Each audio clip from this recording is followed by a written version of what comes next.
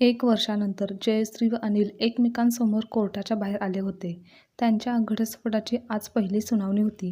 त्यामुळे ती लवकर येऊन कोर्ट उघडण्याची वाट पाहत होती. जयश्रीने खूपच साधारण कपडे घातले होते.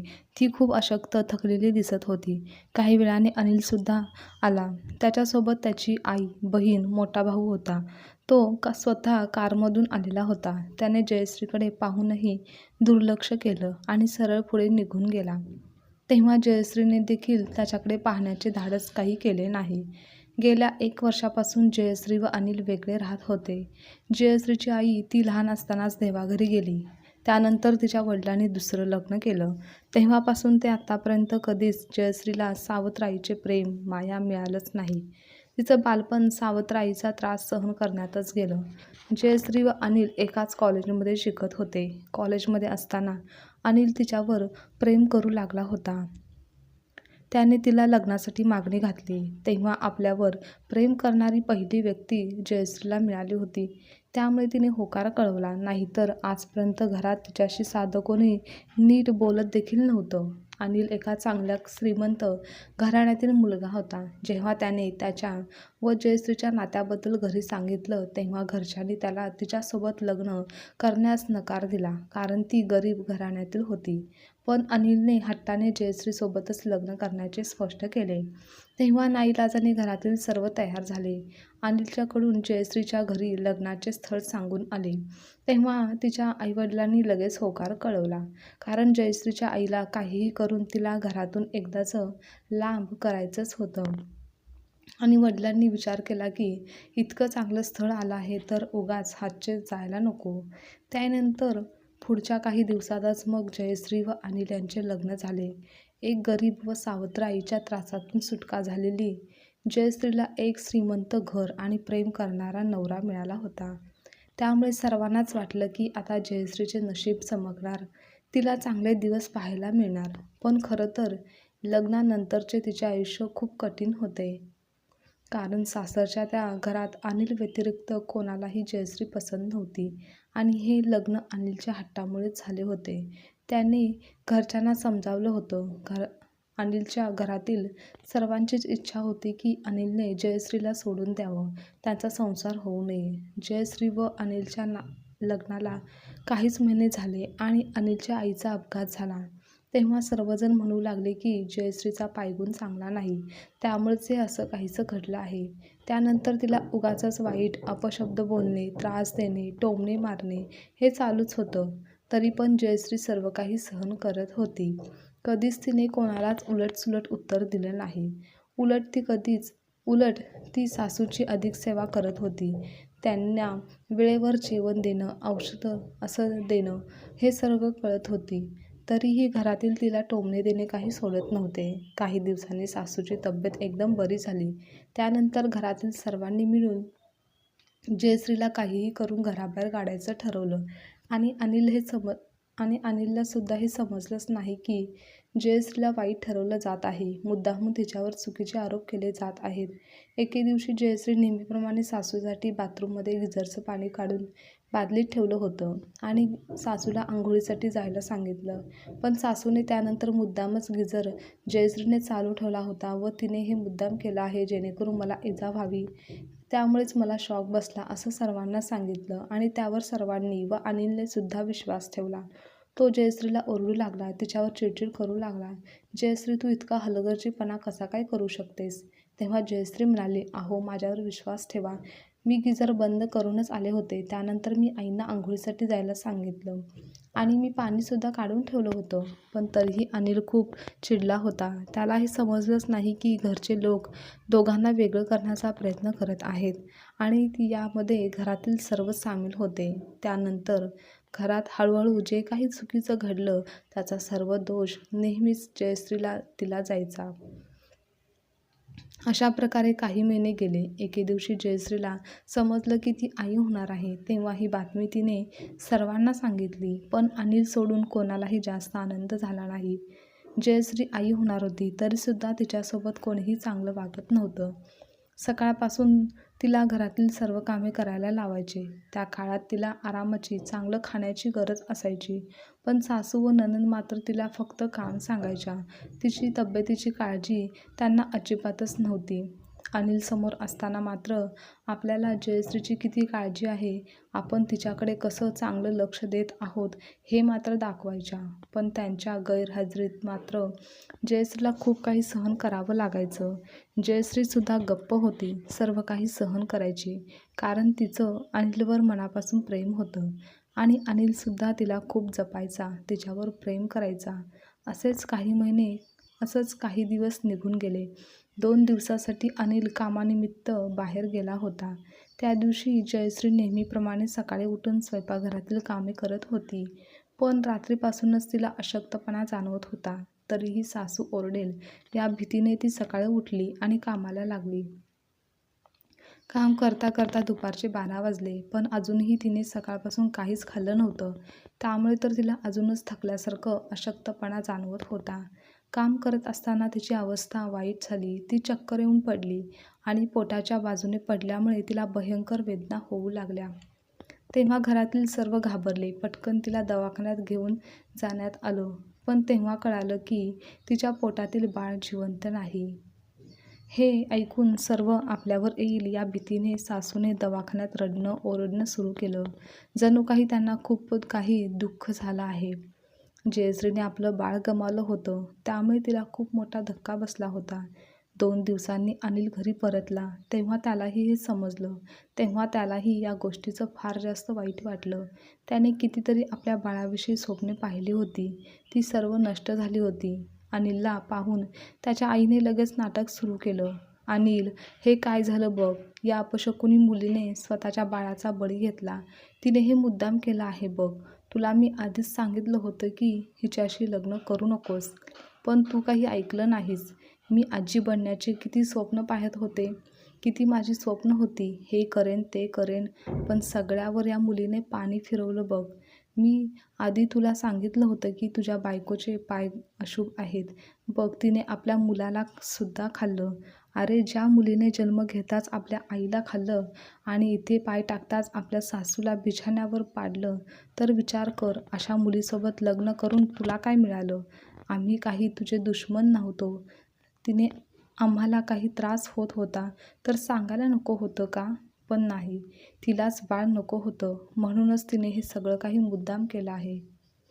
हे सर्व ऐकून अनिलचे देखील मन कठोर झाले आणि त्यालाही असंच वाटू लागलं की त्याची आई व बहीण म्हणत आहेत तेच खरं आहे. आता तोही त्यांच्यावर विश्वास ठेवू लागला आणि त्या दिवसापासून तो जयश्रीपासून थोडा दूर राहू लागला. 1 वर्षातच घरात असं वातावरण तयार झालं की अनिलसुद्धा जयश्रीचा तिरस्कार करू लागला. जोपर्यंत अनिलचा आधार होता तोपर्यंत जयश्री लढत राहिली. पतीच्या प्रेमासाठी सर्व काही सहन करत राहिली. पण आता मात्र अनिलही घरच्यांच्या बोलण्यात येऊन तिच्यासोबत वाईट वागू लागला होता. तेव्हा मात्र ती कोसळली. हळूहळू 1 वर्ष निघून गेलं. एके दिवशी अनिल असं काहीतरी बोलेल की ते ऐकून तिला खूप मोठा धक्काच बसला. तो म्हणाला, मी तुझ्यासोबत लग्न केलं ही माझ्या आयुष्यातील सर्वात मोठी चूक आहे. तू माझ्या घरातून आणि माझ्या आयुष्यातून कायमची निघून जा. हे ऐकताच जयश्रीच्या पायाखालची जमीनच सरकली. ज्या प्रेमासाठी आजवर इतकं सर्व सहन करत होती त्याचीच भाषा आज बदलली होती. त्यानंतर जयश्रीने स्वाभिमान दाखवला आणि फक्त आपले कपडे घेऊन तिने आपलं सासरचं घर सोडून माहेरी गेली. पण माहेरी सावत्र आईने घरात तिला घेतलंच नाही आणि वडिलांचे तिच्यापुढे काही चालले नाही.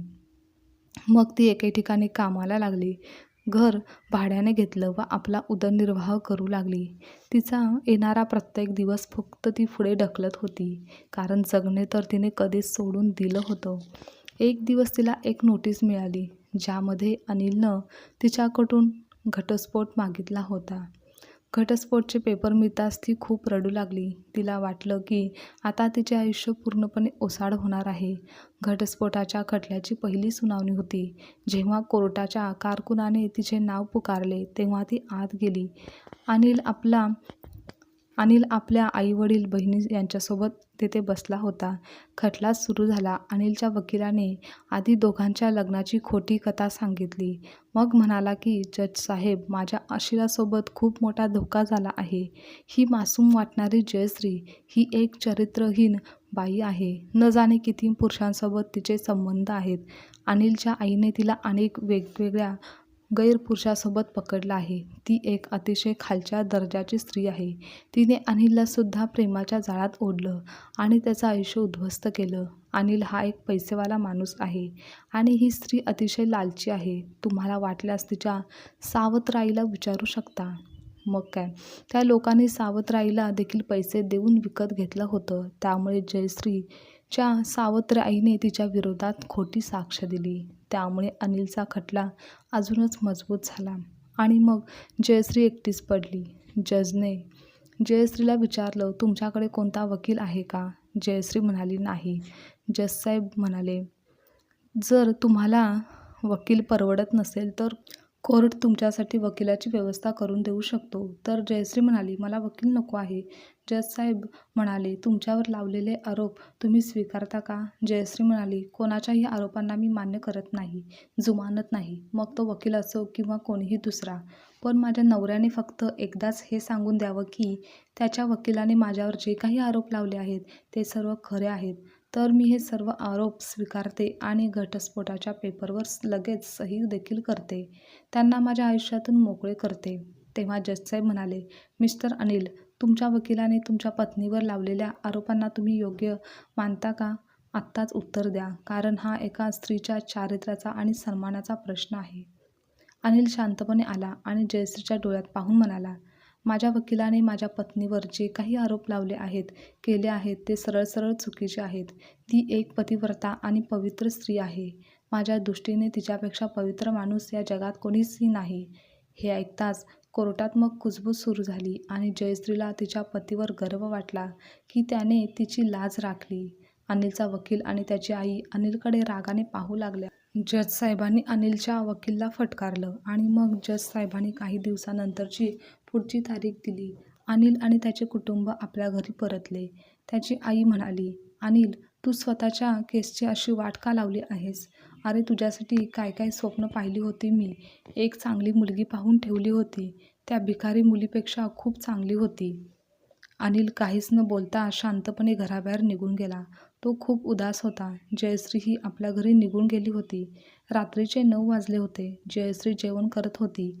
घरात पैशांची खूप चणचण चालू होती. त्यामुळे तिने भाजी केलेली नव्हती. चटणी भाकरी ताटात वाढून घेतली व ती खाऊ लागली. इतक्यात अचानक कोणीतरी दरवाजा वाजवल्याचा आवाज आला. तिने दरवाजा उघडला तर समोर अनिल उभा होता. अनिलला अशा अवस्थेत पाहून ती घाबरली. ती काही बोलू शकली नाही. तो खोलीत आला. त्याने पाहिलं की प्लेटमध्ये भाकरी होती, पण भाजीच्या नावाखाली फक्त कोरडी चटणी होती. मग जयश्री हिंमत करून म्हणाली, सांगा, तुमचं काही काम आहे का? तुम्ही इतक्या रात्री इथे आला आहात. मी तुम्हाला घटस्फोट देईन, काळजी करू नका. अनिल, आणि मला बदल्यात काहीही नको.